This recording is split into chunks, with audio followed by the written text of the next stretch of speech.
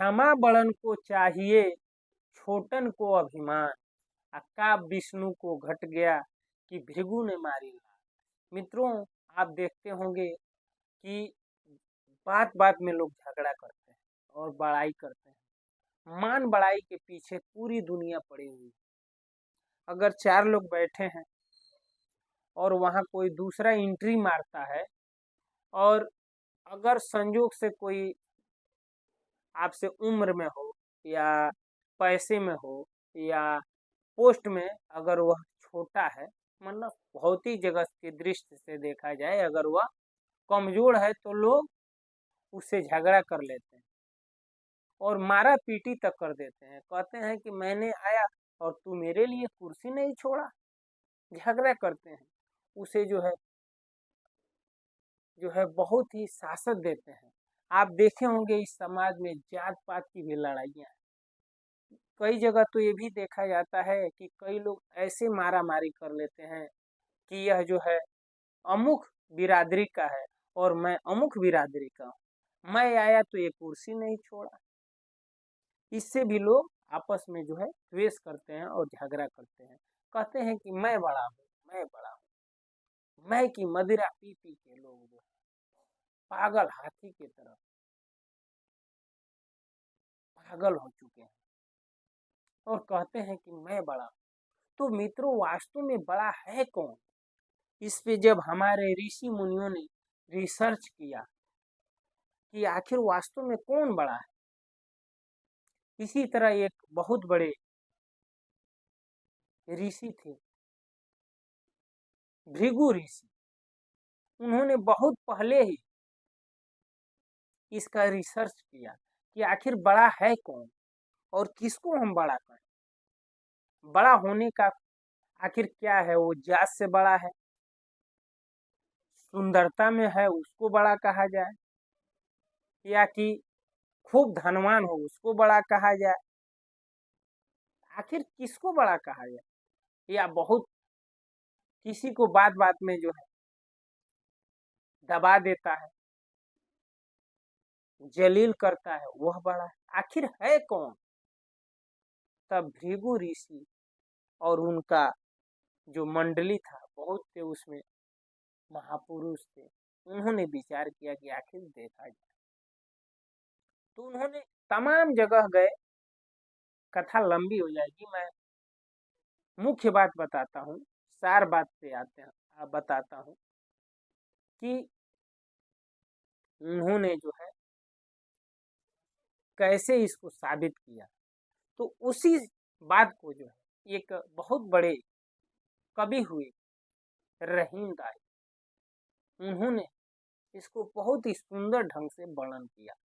उस बात को जो बहुत पूर्व में भृगु ऋषि ने जो इसका जो है सर्च किया था, रिसर्च किया था कि आखिर में बड़ा कौन। तो अपने शब्दों में रहीम दास जी लिखते हैं कि क्षमा बड़न को चाहिए। वो कहते हैं कि क्षमा बड़न को चाहिए, यानी जो क्षमा करता है, जो माफ कर देता है, वही बड़ा है। क्षमा बड़न को चाहिए। और क्या कहते हैं? छोटन को अभिमान।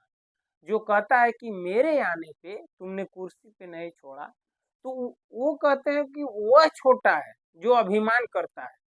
वो झूठ मूठ का कहता है कि मैं अमुक जात से हूँ, मैं बड़े जात से हूँ।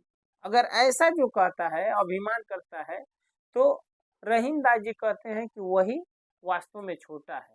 और जो कुर्सी से उठ गया, जो आपका सत्कार किया, आप कुछ बुरा भी भला कह दिए, तो उसको दिल से न लेकर कहा कि ऐसा नहीं करना चाहिए, नहीं करना चाहिए, समझा देता है, वह बड़ा है।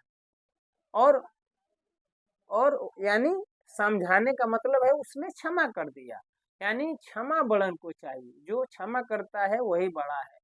छोटन को अभिमान। आगे उदाहरण देते हैं कैसे। कहते हैं कि का विष्णु को घट गया कि भृगु ने मारी लात।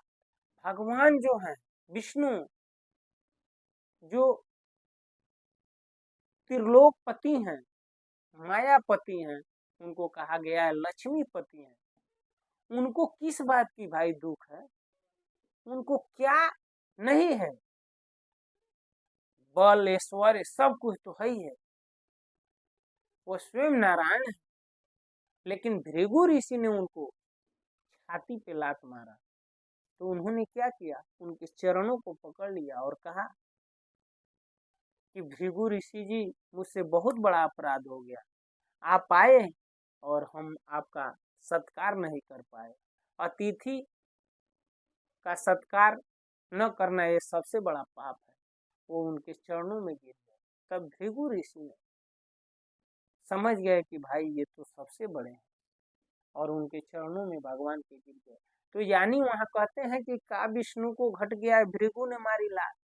भृगु ऋषि लात मारे और फिर भी भगवान ने उनके चरणों को सहलाने लगे और कहने लगे कि भृगु जी, मेरा सीना पाषाण का है, कहीं आपके चरणों में तो चोट नहीं लगी, बताइए। ये तो बड़ा होने का जो है उदाहरण सामने आया जो भगवान ने किया मित्रों। और कहते हैं कि का विष्णु को घट गया, यानी उन्होंने क्यों छोड़ दिया। अगर भृगु ऋषि भगवान को मारना तो दूर की बात है, अगर भगवान अपनी भ्रुकुटी मात्र उनके तरफ कर दें तो कई हजारों ऐसे भृगु ऋषि समाप्त हो जाएंगे उनके तेज से। लेकिन भगवान ने ऐसा नहीं किया। यानी इससे साबित होता है कि जो बड़ा होता है वह जो है कभी